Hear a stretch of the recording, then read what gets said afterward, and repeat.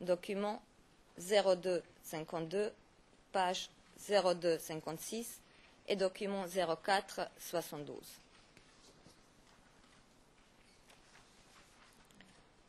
Sont même identifiées précisément les forces qui seraient présentes à Abobo au moment de la marche des femmes. Le procureur ose dire dans le paragraphe 64 du DCC que ces forces agissaient sur l'ordre de leur supérieur immédiat. Cette allégation est basée sur les déclarations de deux témoins, P45 et P49. Aucun de ces témoins n'a jamais entendu un tel ordre. Le témoin P45 a déclaré que pour autant qu'il le sache, le meurtre des femmes à Abobo s'est produit sur les ordres de la police spéciale et la garde républicaine. Déclaration 0005 0002, paragraphe 94. Il n'a jamais expliqué d'où il a tiré ses conclusions. Et il ressort de sa déclaration qu'il n'a aucune connaissance directe et personnelle de cet événement. Paragraphe 96 de sa déclaration. Quant au témoin numéro 49, dont l'identité est inconnue et dont nous n'avons qu'un résumé de la déclaration, ces certitudes sur la marche des femmes sont fondées sur une prétendue connaissance générale et commune que le groupe de gendarmerie d'Abbaye et la garde républicaine étaient impliqués dans le meurtre des femmes. En dehors du fait que ce témoin n'a apparemment aucune connaissance personnelle et directe de ces événements, faut-il rappeler que conformément à la jurisprudence de la Cour, les résumés des déclarations des témoins anonymes ont une valeur plus que limitée. Et je vous donne la référence de la déclaration du P49 0019 01 68, paragraphes 32 et 33.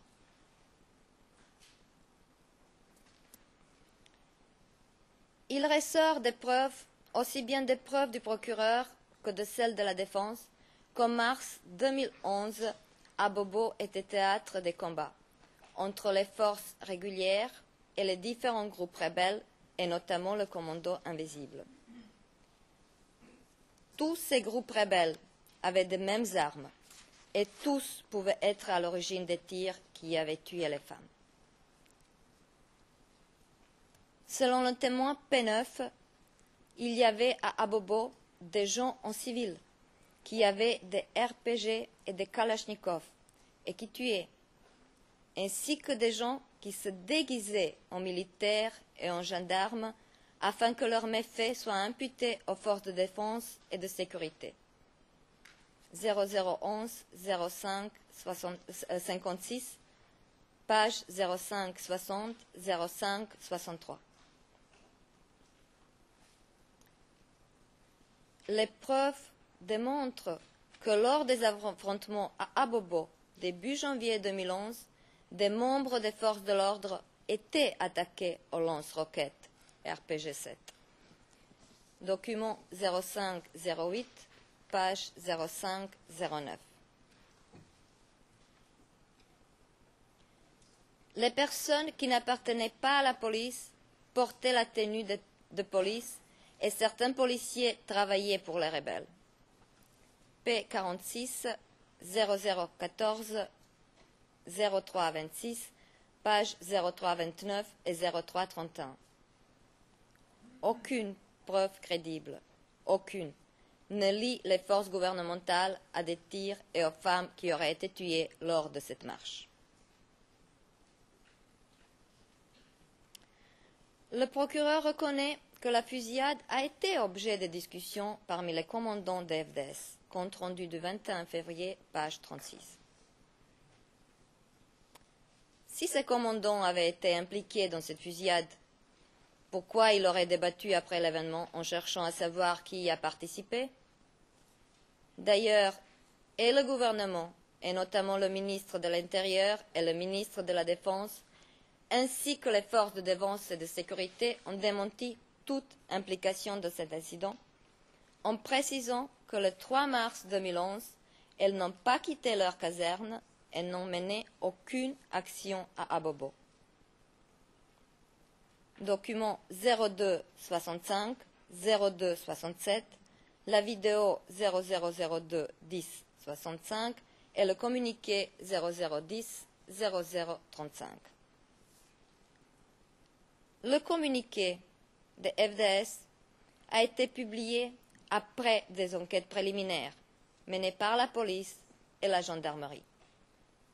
Document 0017 0035 et pièce de la défense 1273, page 1287 et 1396, page 1401. Bien entendu, le procureur n'est pas obligé de croire aux paroles du porte-parole des forces armées, mais afin d'apporter les preuves comportant des motifs substantiels de croire que ce crime avait été commis par les forces armées soutenant le président Gbagbo, il aurait dû toutefois mener correctement ses enquêtes. Si le procureur avait mené les enquêtes à charge et à décharge, il aurait pu et dû trouver les éléments de preuve démontrant comme tout a été préparé. Le membre du commando invisible raconte que la marche des femmes avait pour but immédiat d'attirer l'attention de la communauté internationale et que le montage était fait. D'ailleurs, la bande de montage existerait. Document 2381, page 2393, 2394. Ce membre du commando invisible fait le récit de la marche des femmes que je cite. Lorsque cela devait commencer, on avait des dévanciers qui faisaient la coordination et donnaient des ordres à certaines femmes. On a fait passer une troupe de nos éléments au commandant invisible qui ont ensuite tiré en l'air des tirs de sommation. Au moment où les femmes simulaient la marche, plusieurs miliciens, partisans fermes de Draman, avec des roquettes et des kalash en main, se trouvaient masqués dans la foule. Ils avaient reçu ces armes dans la mosquée du quartier Marley d'Imam Siddiq dans le but de tirer sur les troupes loyalistes au cas où cette manifestation devait être encadrée ou sécurisée par les forces de Gbagbo. Et comme il n'y a eu aucune présence de loyalistes, 7 femmes ont alors été désignées pour mimer cette mascarade. Chacune d'elles devait recevoir 100 000 francs CFA. Tous les cadreurs et les participants devaient recevoir 50 000 francs CFA par personne. Et tous ont reçu leur argent à la mosquée du quartier Marley, du rond-point vers Banco, du côté de derrière elle. Donc, pendant que certaines femmes faisaient mine de marcher, d'autres étaient couchées, et puis on a versé du sang, du mouton sur elles. Et c'est cela que nos informaticiens ont filmé pour venir faire des montages. C'est comme cela que ça s'est passé. Ce sont des falsifications que nos informaticiens ont faites qui donnent l'impression que c'est de la réalité. Et à l'issue du montage, l'œuvre d'art a été présentée et mise sur la tête de Gbagbo.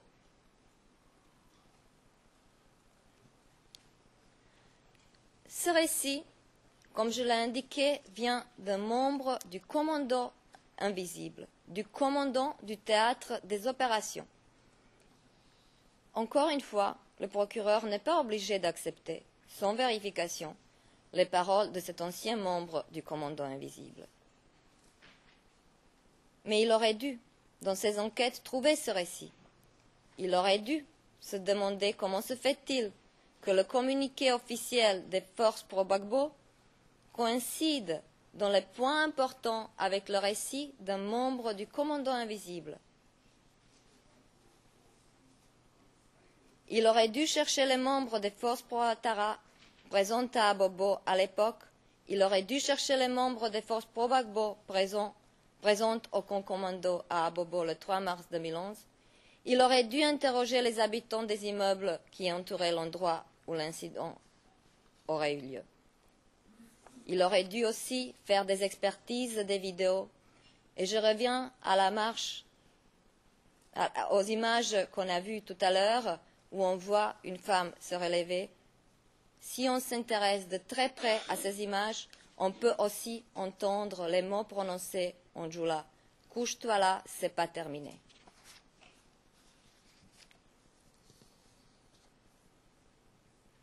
Et pour terminer, contrairement à ce que le procureur disait, les enquêtes étaient menées sur cet événement. Le 24 mars 2011, le tribunal militaire d'Abidjan a été saisi afin de mener une enquête complète sur les événements qui se seraient produits lors de la marche des femmes.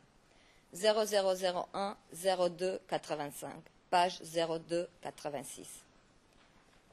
Ce document, les réquisitions en fin d'enquête, nous a été communiqué par le procureur. Donc il devrait savoir qu'une enquête a été demandée. Madame le Président, Madame, Monsieur le juge, le procureur n'a pas apporté de preuves suffisantes pour ces allégations relatives à la marche des femmes du 3 mars 2011, qui permettraient la confirmation des charges à l'encontre du président Gbagbo pour cet événement. Je passe la parole à Jennifer Naouri, qui parlera du bombardement du marché à Abobo et des événements à Yopougon après l'arrestation du président Gbagbo.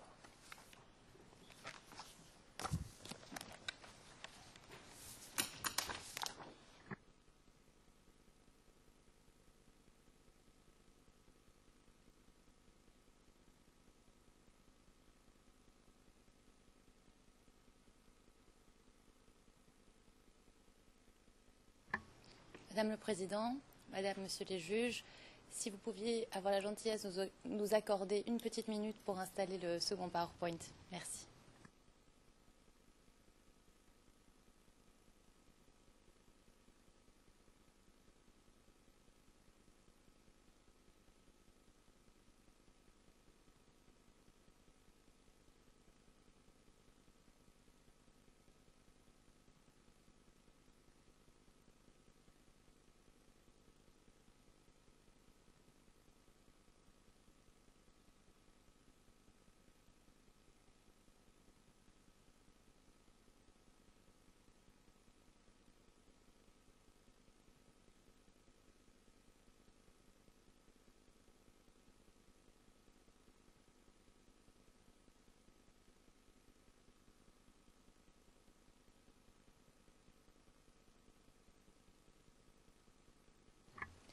Je vous remercie de votre patience.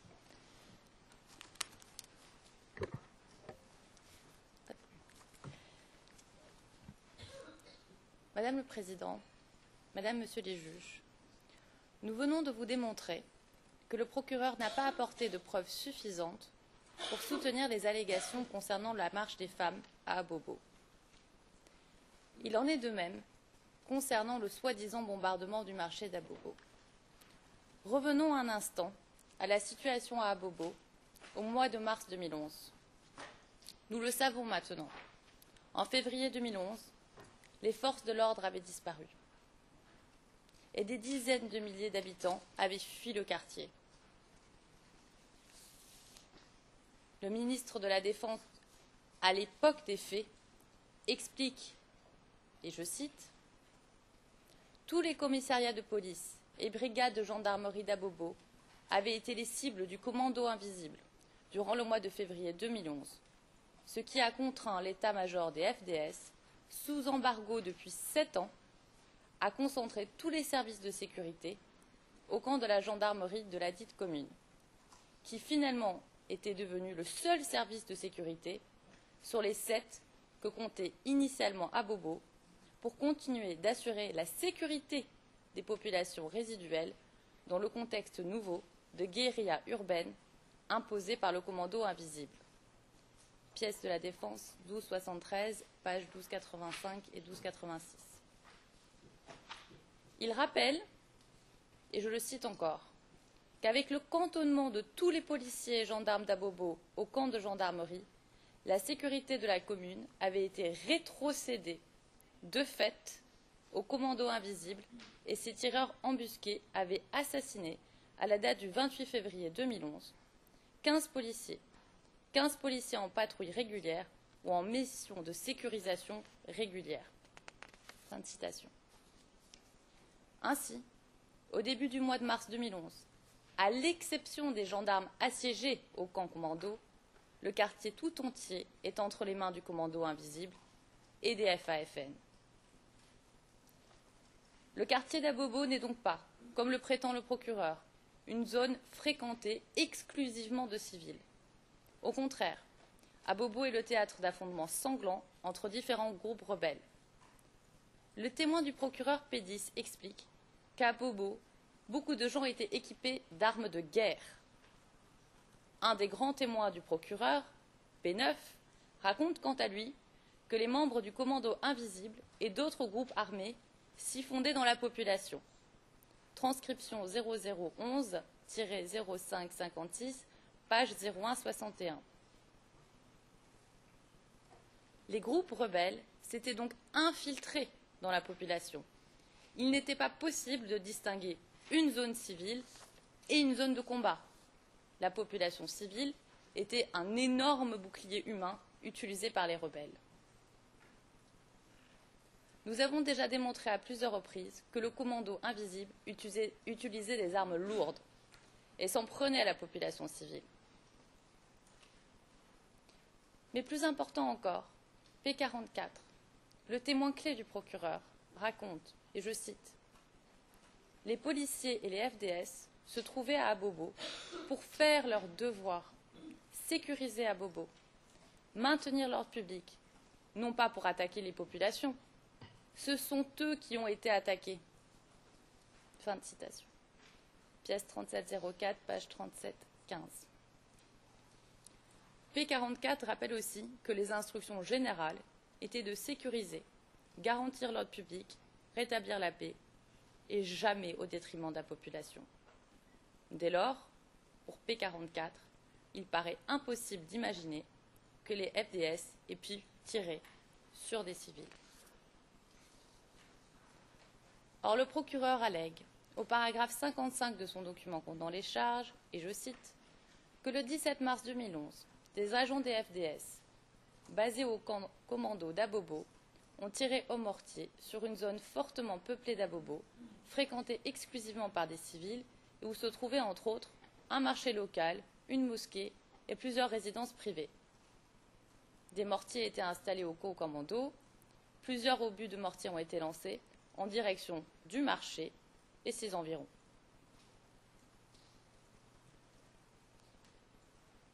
C'est le seul développement du procureur concernant cet événement.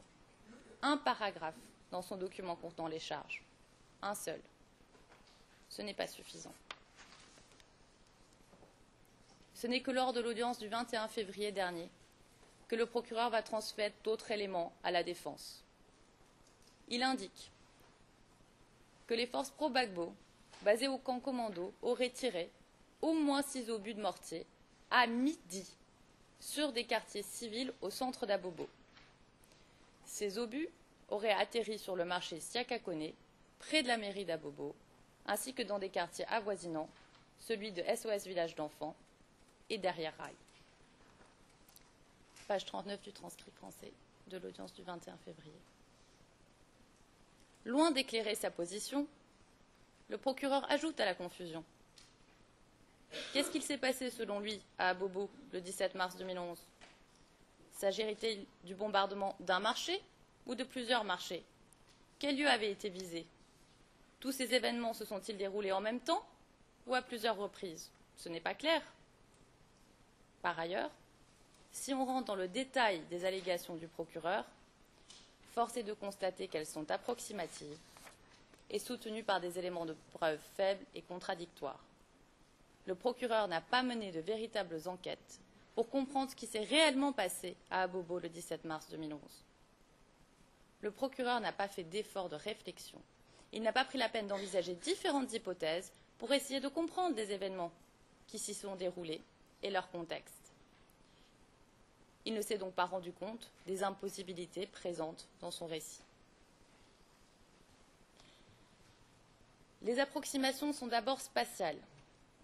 Au paragraphe 55 du document contenant les charges, le procureur allègue que des agents des FDS, basés au camp commando d'Abobo, ont tiré au mortier sur une zone où se trouvaient entre autres un marché local, une mosquée et plusieurs résidences privées. Il indique ensuite que plusieurs obus de mortier ont été lancés en direction du marché et de ses environs. Le 21 février dernier, le procureur ajoute à la confusion en expliquant que des obus de mortier auraient été tirés sur des quartiers civils. Quel aurait été le lieu ou les lieux visés par les obus de mortier? Une zone où se trouvait, entre autres, un marché local, une mosquée et plusieurs résidences privées? Un marché et ses environs? Des quartiers civils? Ce n'est pas clair. Quoi qu'il en soit, aucun des lieux qui auraient été visés par des obus n'ont été identifiés de manière suffisamment précise. Le procureur fait des descriptions très approximatives. Rappelons qu'Abobo n'est pas un simple quartier d'Abidjan. C'est une ville dans la ville. Abobo s'étend sur une superficie de 78 km² et est peuplée d'1,5 million d'habitants. C'est la commune d'Abidjan où la population est la plus dense. À titre de comparaison, la ville de La Haye s'étend sur une superficie de 98 km² et est peuplée de 480 000 habitants. Imaginez que l'on cherche à La Haye une zone où il y aurait une église, des maisons, un grand magasin, un magasin et ses environs, ou encore un quartier civil. Il y en a des dizaines des lieux qui correspondent à ces descriptions. Il est encore plus difficile de deviner où se trouve cette zone, ce marché, ou ce quartier civil à Abobo, dans cette ville dans la ville, où il y a un grand nombre de marchés, de sous-quartiers et de zones résidentielles. Le même constat s'impose concernant le lieu où ces obus auraient atterri. Nulle part dans son document contenant les charges, le procureur ne précisait de quel marché il s'agissait. Des marchés à Abobo, il y en a au moins 8. Le 21 février dernier, il y a à peine 5 jours, le procureur indiquait que les obus auraient atterri sur le marché de Siakakone, près de la mairie d'Abobo, ainsi que dans des quartiers avoisinants, celui de SOS Village d'Enfants et derrière Rail. Sur quoi se fondent-ils pour désigner ces lieux plutôt que d'autres? En effet, les témoignages présentés par le procureur au soutien de cette allégation sont divergents, les témoins n'indiquant pas toujours le même marché. Certains témoins du procureur mentionnent le marché Siakakone, P105, P117 et P184. D'autres, comme le témoin P105, parlent du marché derrière Rail. Du marché derrière Rail, pas du quartier. D'autres parlent encore du grand marché ou du marché central. Pourquoi le procureur a-t-il finalement opté pour le marché de Siakakone et non pour le grand marché ou le marché central d'Abobo? Les tirs ont-ils atterri sur le marché derrière Rail ou sur le quartier avoisinant du marché Siakakone, dénommé derrière Rail? L'allégation du procureur est trop approximative et repose donc sur des témoignages contradictoires. Les approximations sont aussi temporelles. Les éléments de preuve présentés par le procureur sont tout aussi flous concernant l'heure à laquelle le bombardement du marché se serait déroulé. Nulle part dans le document contenant les charges, le procureur ne définit une horaire ou même une tranche horaire au cours duquel le bombardement aurait eu lieu. Les témoignages présentés par le procureur ne permettent pas non plus de nous éclairer. Au contraire même. Le témoin P105 parle de tirs entendus entre 11h et 11h30 du matin. Pièce 0019-0245, paragraphe 18. Il ne parle donc pas de midi, comme le suggère le procureur lors de l'audience du 21 février, page 41 des transcrits. Il met des mots dans la bouche du témoin alors que ce ne sont pas les siens. Le témoin P106 explique qu'il aurait entendu des détonations, comme des tirs de char, vers 10 heures. Or, lors de l'audience du 21 février, Le procureur affirme que ce témoin aurait entendu des bruits vers midi.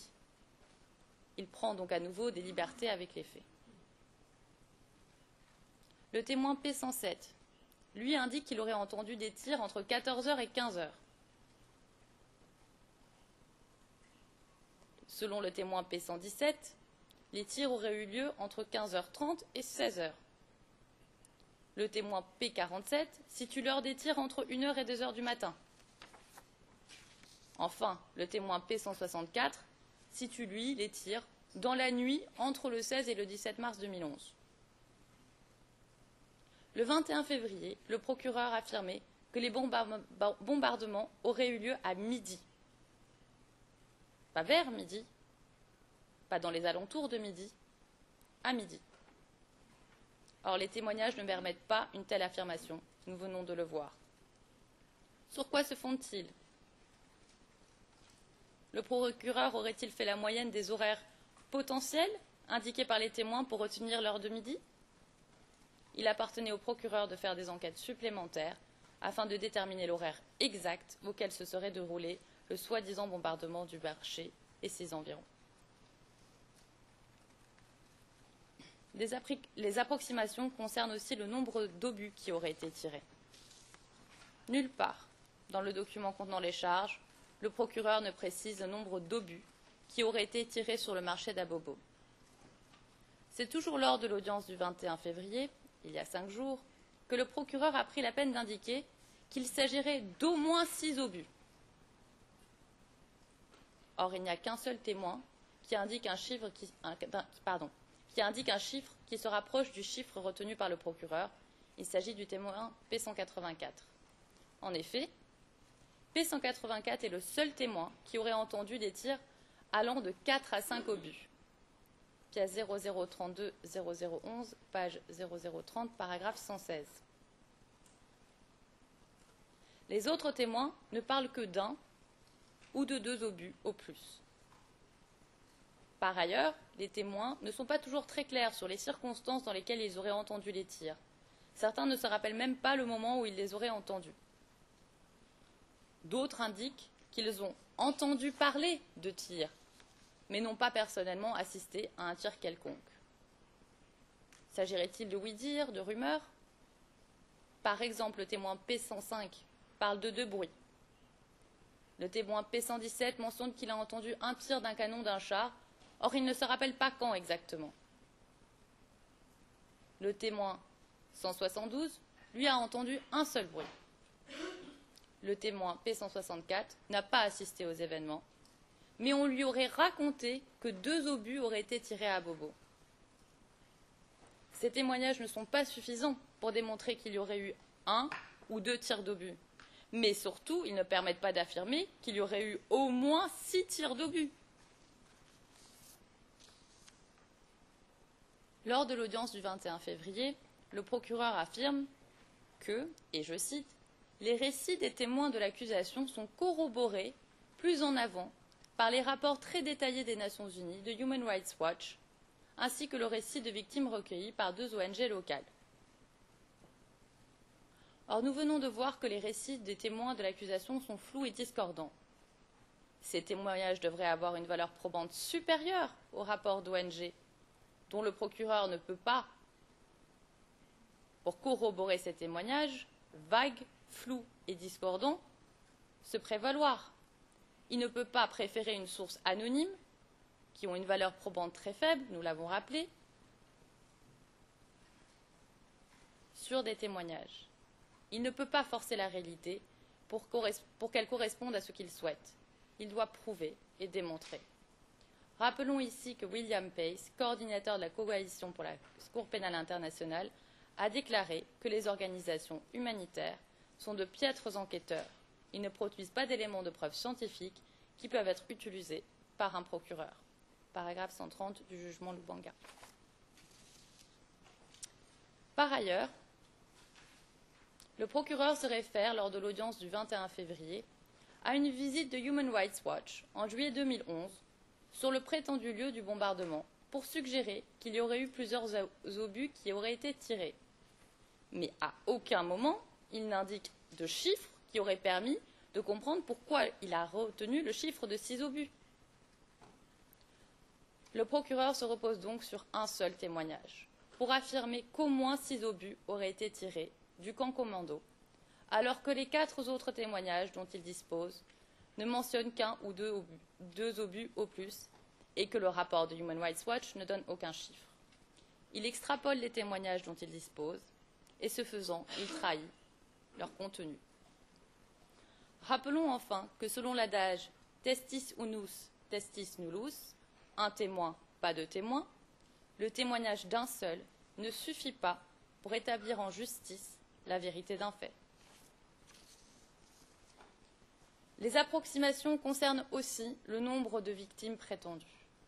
Nous souhaitons souligner que lors de l'audience du 21 février, le procureur indique qu'il se fonde sur des témoins de l'accusation, ainsi que des Nations Unies et Human Rights Watch, afin de retenir le nombre de civils qui auraient été blessés et tués lors du prétendu bombardement du marché.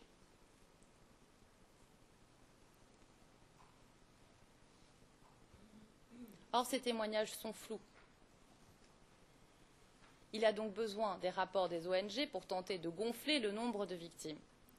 Par exemple, lors de l'audience du 21 février, le procureur indique que le témoin 105 aurait appris que 4 hommes qu'il avait vus discuter étaient morts. Comment l'a-t-il appris? Par qui? Le témoin P105 aurait aussi entendu parler d'une femme et son époux qui auraient été tués au marché de ce jour-là. Encore une fois, comment a-t-elle obtenu cette information? De qui s'agissait-il? Nous n'en savons rien. Le témoin P106 raconte, selon l'accusation, qu'il s'était réfugié chez lui. Il n'est donc pas sur place au moment du bombardement allégué. Il aurait appris le lendemain que 15 personnes étaient mortes, sur le coup, et je cite, alors que d'autres auraient succombé plus tard à leurs blessures. Par qui a-t-il appris cette information? De qui s'agissait-il? Le témoin P184, lui, était chez lui quand les prétendus tirs ont retenti. Le procureur indique lors de l'audience du 21 février que, et je cite, « Peu de temps après, elle a reçu des coups de fil faisant rapport de victimes de cette attaque. » Il s'agit de coups de fil, donc de oui-dire, portant sur des personnes anonymes non identifiées. Cela n'est pas suffisant. Par ailleurs, le procureur lui-même insiste sur les fonctions du témoin P184, mais justement, du fait de ses fonctions et de son affiliation politique, les propos de ce témoin doivent être appréhendés avec encore plus de prudence.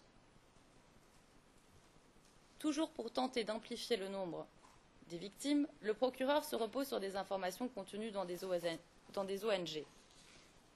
Nous l'avons dit, nous le répétons, ces rapports sont peu fiables et ont une valeur probante faible.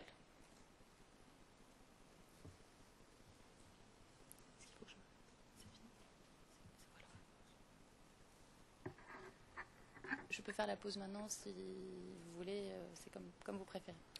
Oui, je pense que c'est maintenant l'heure. On fait une pause une demi-heure, on se retrouve à 4 heures. Je vous remercie. Merci. All rise. We